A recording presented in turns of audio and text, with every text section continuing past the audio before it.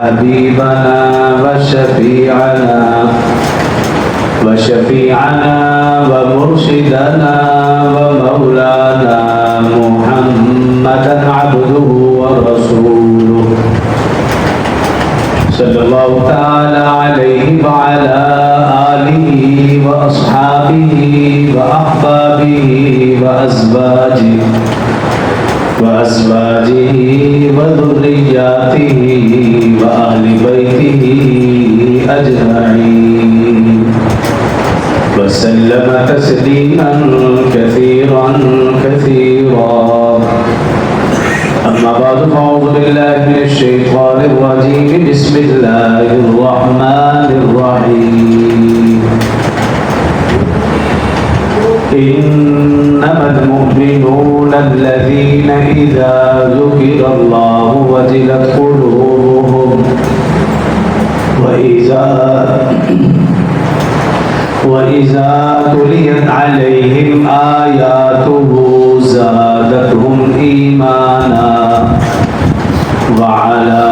ربهم يتوكلون. قال الله تبارك وتعالى في مقام آخر: إليه يصعد الكلم الطيب والعمل الصالح يرفعه والذين يمكرون السيئات لهم عذاب شديد ومكر أولئك هو يبور. قال الله تبارك وتعالى في مقام آخر: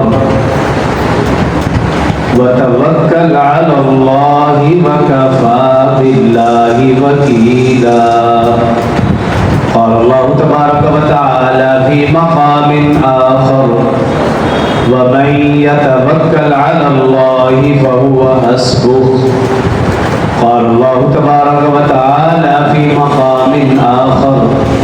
إن الله يحب المتوكلين. قال النبي صلى الله عليه وسلم: حب الوطن من الإيمان، أو كما قال عليه الصلاة والسلام. صدق الله العظيم وصدق رسوله النبي الكريم، ونحن على ذلك لمن الشاهدين والشاكرين والحمد لله رب العالمين. تمام احباب مل کر ایک مرتبہ نماز والا درود شریف کا آواز بلند پڑھیں: اللهم صل على محمد وعلى آل محمد كما صليت على إبراهيم وعلى آل إبراهيم إنك حميد مجيد. اللهم بارك على محمد وعلى آل محمد كما باركت على إبراهيم وعلى آل إبراهيم إنك حميد مجيد. رب اشرح لي صدري ويسر لي أمري واحلل عقدة من لساني يفقهوا قولي. رب زدني علما رب زدني علما رب زدني علما. میرے قریب ادب و احترام برادران اسلام، دوستوں، بزرگوں، بھائیوں، اسلامی مہینوں کے اعتبار سے یہ سفر المظفر کا مہینہ اور اسی مہینے کی مناسبت سے گزشتہ جمعہ عرض کیا تھا کہ زمانہ جاہلیت میں اس مہینے کے متعلق لوگوں کے عقائد و نظریات غلط تھے، انتہائی باطل تھے. اسلام نے صاف ستھرا عقیدہ دیا کہ موت و حیات، عزت و ذلت، نفع نقصان، خوشی غمی، بیماری تندرستی، خیر شر، یہ سب کچھ اللہ کے قبضہ قدرت میں ہے. نحوست اور رحمت کا تعلق انسان کے اپنے اعمال سے ہے. اگر انسان کے اعمال درست تو رحمتیں اور برکتیں، اور اگر انسان کے اعمال درست نہیں تو پھر نحوستیں ہی نحوستیں. کوئی بھی چیز، کوئی چرند پرند، جگہ، کوئی جانور، کوئی مہینہ، کوئی دن برا اور منحوس نہیں۔ ایک حدیث مبارکہ میں رسول اللہ صلی اللہ علیہ وسلم نے زمانے کو بھی برا بھلا کہنے سے منع کیا ہے کہ تم زمانے کو بھی برا بھلا نہ کہو۔ ایک حدیث میں یہ ہے کہ تم حکمرانوں کو بھی برا بھلا نہ کہو۔ اس کی وجہ یہ بتائی رسول اللہ صلی اللہ علیہ وسلم نے کہ اگر تمہارے اعمال اچھے ہوں گے تو اللہ کی طرف سے فیصلے اچھے ہوں گے، اور اگر تمہارے اعمال برے ہیں تو اللہ کی طرف سے فیصلے بھی ویسے ہی ہوں گے۔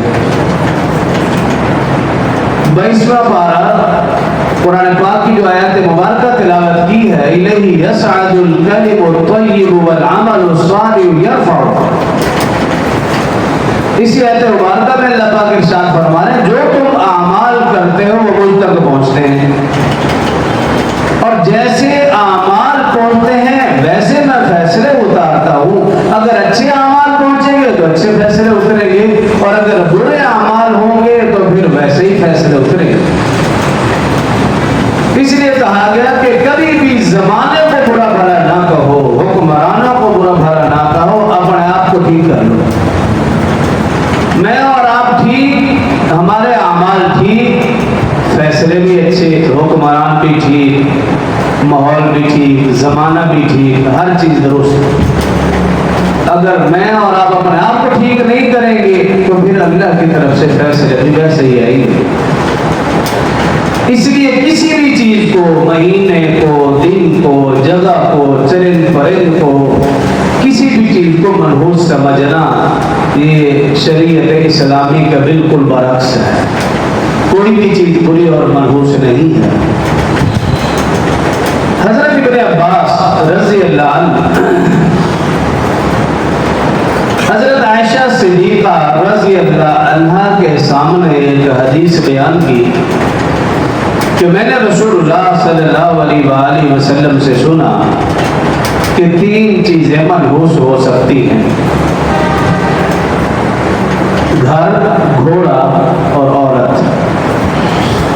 اما عائشہ صدیقہ رضی اللہ عنہ کے سامنے جب ابن عباس رضی اللہ عنہ نے یہ حدیث پڑھی تو اما عائشہ صدیقہ رضی اللہ عنہ غصے میں آئی اور پھر ارشاد فرمایا کہ ابن عباس تم اس حدیث کا غلط مطلب مت سمجھنا،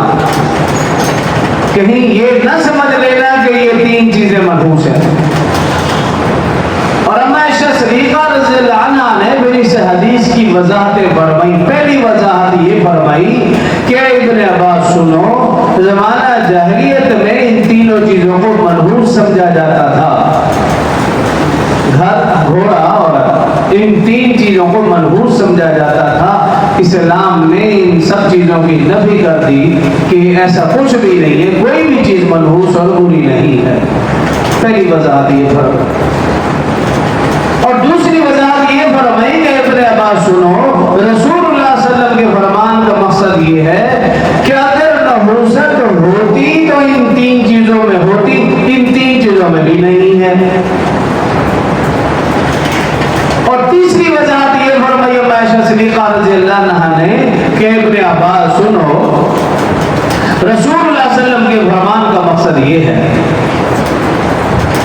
کہ وہ عورت منحوس ہو سکتی ہے جو عورت اپنے شوہر کی نافرمان ہو، جو عورت اپنے شوہر کے لیے بنتی سنورتی نہ ہو بلکہ غیروں کے لیے بنتی سنورتی ہو، وہ عورت منحوس ہو سکتی ہے، بلکہ وہ عورت دیوس ہے، یعنی بغیر۔ اور اسی طرح فرمایا وہ گھر منحوس ہو سکتا ہے جو گھر تنگ ہو، آب و ہوا نہ آتی ہو، اذان کی آواز نہ آتی ہو، جس کے گھر میں رہنے والے ناپاک رہتے ہوں، جس گھر میں رہنے والے نماز نہ پڑھتے ہوں، قرآن نہ پڑھتے ہوں، فرمایا وہ گھر منحوس ہو سکتا ہے۔ یہ رسول اللہ صلی اللہ علیہ وسلم کے فرمان کا مقصد ہے۔ بلکہ اس حدیث میں تو یوں رسول اللہ صلی اللہ علیہ وسلم نے فرمایا جس گھر میں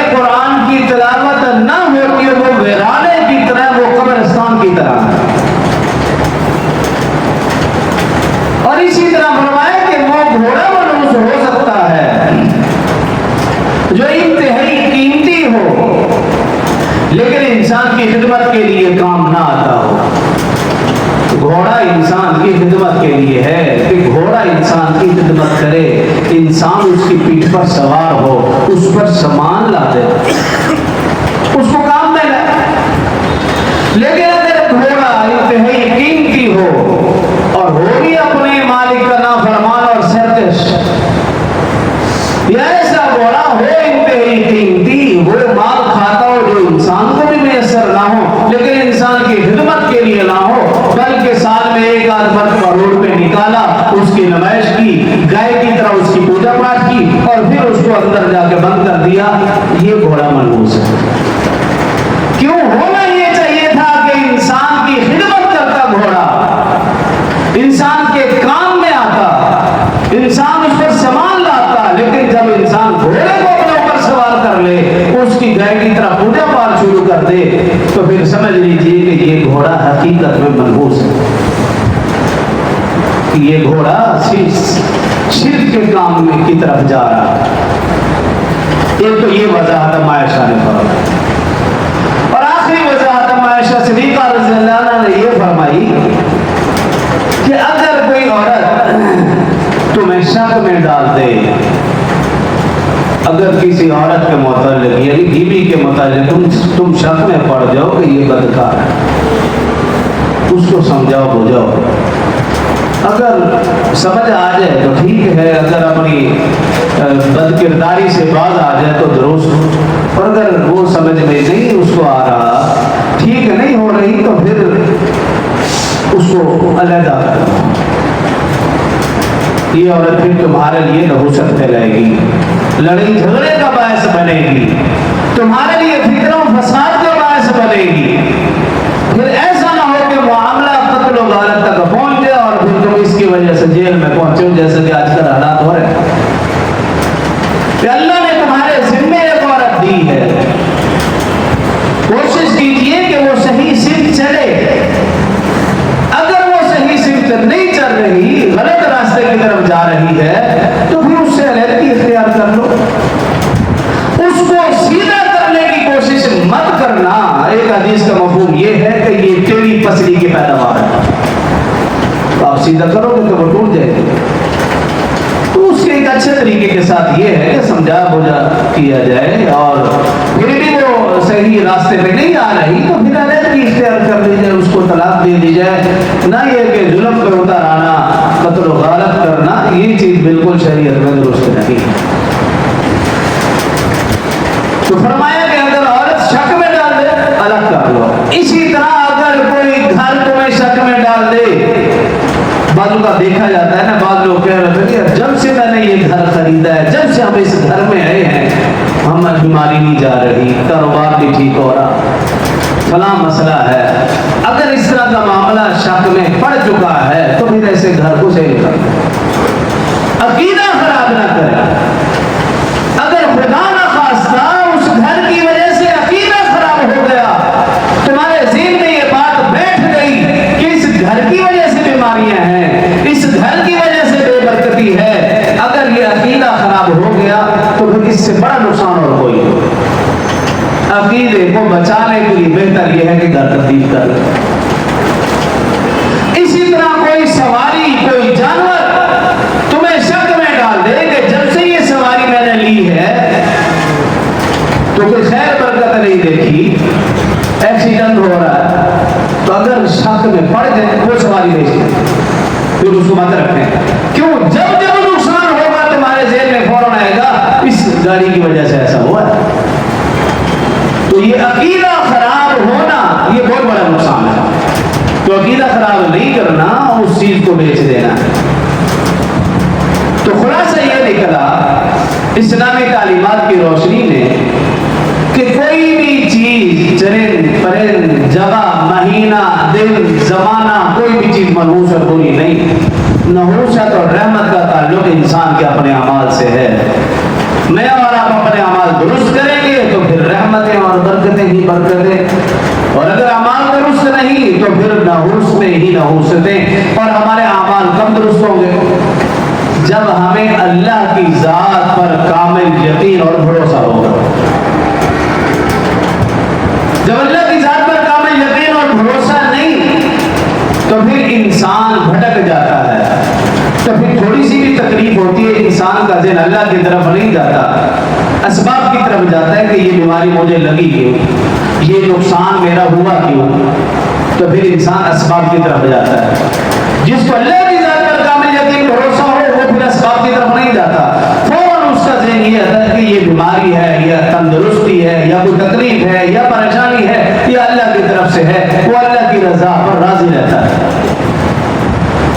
اس لیے اللہ پاک نے قرآن میں جو ایمان والوں کی صفات بیان فرمائی ہیں، انما المؤمنون الذین اذا ذکر اللہ وجلت قلوبہم، اللہ فرما رہے بے شک تم میں سے پکے سچے مومن وہ ہیں اذا ذکر اللہ وجلت قلوبہم، جب قرآن کی آیت، جب اللہ کا ذکر کیا جاتا ہے ان کے دل ڈر جاتے ہیں، وَإِذَا تُلِيَتْ عَلَيْهِمْ آیَاتُهُ زَادَتْهُمْ ایمانا، جب قرآن آیات پڑھ کر سنائی جاتی ہیں ان کا ایمان بڑھ جاتا ہے، وَعَلَى رَبِّهِمْ يَتَوَكَّلُونَ، اور تم میں سے مومن وہ ہیں جو اللہ کی ذات پر کامل یقین اور بھروسہ کرتے ہیں۔ یہ ایمان والوں کی صفات۔ اسی طرح اور جگہ فرمایا وَتَوَكَّلْ عَلَى اللَّهِ، جو اللہ پر توکل کر لے، وَكَفَى بِاللَّهِ وَكِيلًا، اللہ فرما رہے ہیں کہ میں اس کو کافی ہو جاتا ہوں، اس کے تمام کاموں کے لیے کافی ہو جاتا ہوں۔ وَمَن يَتَوَكَّلْ عَلَى اللَّهِ فَهُوَ حَسْبُهُ، اللہ فرما رہے ہیں جو اللہ پر توکل کرے گا فَهُوَ حَسْبُهُ، اللہ اس کو کافی ہو جائے گا۔ ان اللہ یحب المتوکلین، اللہ فرما رہے ہیں کہ میں ان سے محبت کرتا ہوں جو مجھ پر کامل یقین اور بھروسہ کرتے ہیں۔ تو قرآن پاک کے اندر بے شمار آیات مبارکہ ایسی ہیں، حضرت شیخ الحدیث زکریا رحمۃ اللہ علیہ لکھتے ہیں اگر ایک آیت بھی توکل کے متعلق ہوتی تو یہ کافی تھی، لیکن فرماتے ہیں قرآن پاک میں سب سے زیادہ آیات اسی بات پر اتری ہیں کہ اللہ کی ذات پر کامل یقین اور بھروسہ رکھو، اللہ کے علاوہ پر تمہارے یقین اور بھروسہ نہ ہو۔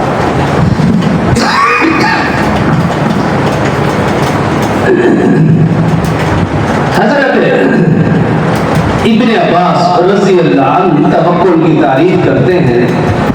توکل یہ ہے کہ اللہ کے غیر سے کوئی امید نہ رکھی جائے،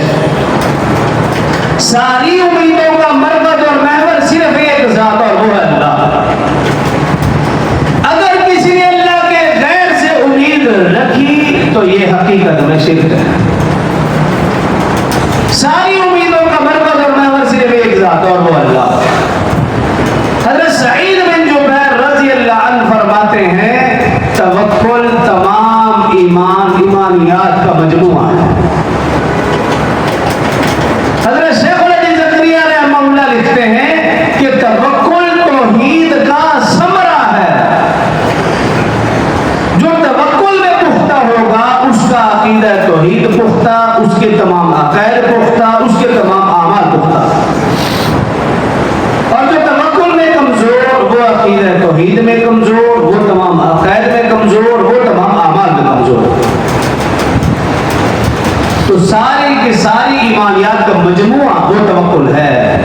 پوری اسلامیات کا مجموعہ وہ توکل ہے۔ رسول اللہ صلی اللہ علیہ وسلم نے ارشاد فرمایا، گزشتہ جمعہ ایک حدیث میں نے پڑھی تھی، آج اس کے مطابق 2-3 حدیث اور کہ حضرت عمران بن حسین رضی اللہ عنہ روایت کرتے ہیں رسول اللہ صلی اللہ علیہ وسلم نے ارشاد فرمایا اللہ تعالی میری امت میں سے 70,000 آدمیوں کو بغیر حساب اور بغیر عذاب کے جنت میں داخل فرمائے گا۔ صحابہ نے عرض کیا رسول اللہ صلی اللہ علیہ وسلم وہ کون لوگ ہوں گے؟ فرمایا جو لوگ شرک پر، شرکیات تعویذ گنڈوں پر، فال پر یقین نہیں کرتے ہوں گے، صرف اور صرف اللہ کی ذات پر کامل یقین اور بھروسہ کرتے ہوں گے، فرمایا اللہ ایسے 70,000 آدمیوں کو بغیر حساب اور بغیر عذاب کے جنت میں داخل فرمائے گا۔ حضرت ابو ہریرہ رضی اللہ عنہ راوی ہیں رسول اللہ صلی اللہ علیہ وسلم نے ارشاد فرمایا جو لوگ اللہ کی ذات پر کامل یقین اور بھروسہ کرتے ہوں گے قیامت والے دن اپنی قبروں سے اس حالت میں اٹھیں گے کہ ان کا چہرہ 14ویں رات کے چاند کی طرح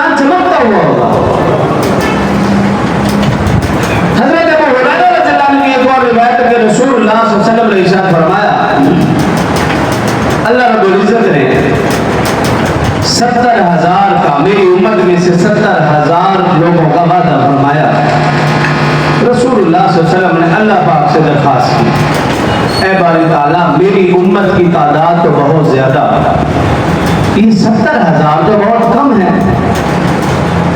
رسول اللہ صلی اللہ علیہ وسلم نے اضافے کی درخواست کی۔ حضرت ابو ہریرہ رضی اللہ عنہ راوی ہیں، رسول اللہ صلی اللہ علیہ وسلم نے فرمایا اللہ رب العزت نے میری وہ درخواست قبول فرما لی اور فرمایا اے میرے محبوب، میں آپ کی دعا قبول کرتے ہوئے ہر 1000 کے ساتھ 70,000 کا اضافہ کرتے چلے جاؤ، اتنی آپ کی امت کو میں بغیر حساب اور بغیر عذاب کے جنت میں داخل کروں گا، شرط یہ ہے کہ وہ اللہ کی ذات پر کامل یقین اور بھروسہ کرتے ہو۔ حضرت ابو امامہ رضی اللہ عنہ روایت کرتے ہیں، رسول اللہ صلی اللہ علیہ وسلم نے ارشاد فرمایا کہ اللہ نے پہلے 70,000 کا وعدہ فرمایا، پھر ہر 1000 کے ساتھ 70,000 کا وعدہ فرمایا، پھر رسول اللہ صلی اللہ علیہ وسلم نے اس میں بھی اضافے کی درخواست کی، پھر اللہ رب العزت نے فرمایا اے میرے محبوب میں آپ کی دعا کو قبول کرتا ہوں، 70,000، پھر ہر 1000 کے ساتھ 70,000، پھر فرمایا کہ ان سارے کو ملا کر میں 3 لکھوں کا اور اضافہ کر رہا ہوں، پھر اللہ نے فرمایا 1 لکھ کی مقدار اتنی ہے کہ زمین و آسمان میں جتنے بھی فرشتے ہیں وہ اس 1 لکھ کی مقدار کو گن نہیں سکتے، اتنی میں آپ کی امت کو بغیر حساب اور عذاب کے داخل کروں گا جنت میں، شرط یہ ہے کہ وہ اللہ کی ذات پر کامل یقین اور بھروسہ کرتے ہو۔ لیکن آج ہم اپنے ماحول معاشرے میں دیکھیں، اپنے گربان میں جھانکیں، جب بھی تھوڑی سی کوئی تکلیف پہنچتی ہے، پریشانی آتی ہے، کوئی مصیبت آتی ہے، میرا اور آپ کا، ہمارے گھر والوں کا ذہن فوراً اسباب کی طرف جاتا ہے، اللہ کی طرف نہیں جاتا۔ فوراً ہم یہ کہتے ہیں یہ تکلیف، یہ پریشانی، یہ نقصان مجھے اس وجہ سے ہوا، کبھی یہ نہیں کہ یہ معاملہ اللہ کی طرف سے ہے، اللہ کی طرف میرا اور آپ کا ذہن نہیں جاتا۔ اس کا یہ مطلب ہر چیز نہیں ہے کوئی تکلیف اور پریشانی ہے تو انسان کچھ نہ کرے، نہیں، اچھے طریقے کے ساتھ اس کا علاج کرے، لیکن اللہ کی ذات پر کامل یقین اور بھروسہ ہو۔ رسول اللہ صلی اللہ علیہ وسلم، صحابہ، اہل بیت اعظام کی زندگیاں گواہ ہے، جب ان کے اوپر کوئی تکلیف، پریشانی، مصیبت آتی، سب سے پہلا کام یہ کہ وہ مسجد میں جاتے، 2 رکعت پڑھ کے اللہ پاک سے مانگتے، پھر اسباب کے درجے میں دوائی لینا یا دیگر علاج کرنا وہ اسباب کے درجے میں ہے، لیکن سب سے پہلا کام یہ ہے کہ انسان کی نظر اللہ کی ذات پر ہو۔ حضرت شاہ ولی اللہ رحمۃ اللہ تعالی علیہ توکل کی حقیقت بیان فرماتے ہوئے فرماتے ہیں، لکھتے ہیں کہ توکل کی حقیقت یہ ہے کہ انسان نفع نقصان کا مالک صرف ایک اللہ کو سمجھے، منافع کے حصول کو صرف ایک اللہ کو سمجھے، اللہ کے علاوہ کسی اور کو نفع نقصان کا مالک نہ سمجھے۔ حضرت تھانوی رحمۃ اللہ تعالی علیہ وہ توکل کی تعریف میں لکھتے ہیں، توکل یہ ہے کہ انسان اسباب بھی اختیار کرے لیکن اللہ کی ذات پر کامل یقین اور بھروسہ کرے۔ 2 چیزیں، وہ اللہ کی ذات پر بھروسہ لیکن اسباب بھی اختیار کرنا ہے۔